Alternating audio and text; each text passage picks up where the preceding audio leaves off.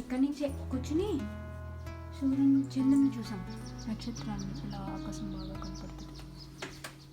కొండ బాగుంది కదా, మంచి కొండ. ఇదేమో బయట బార్బిక్యూ ఏరియా వాళ్ళకి. అలా ఏందంటూ లేదు, అన్నీ ఉన్నాయి.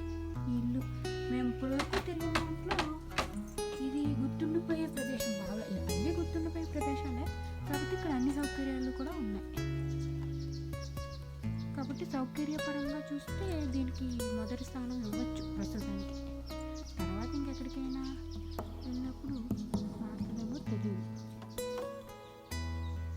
అంతా పచ్చగా ఉంటుంది, ప్రశాంతం, చిలకలు రావాలి.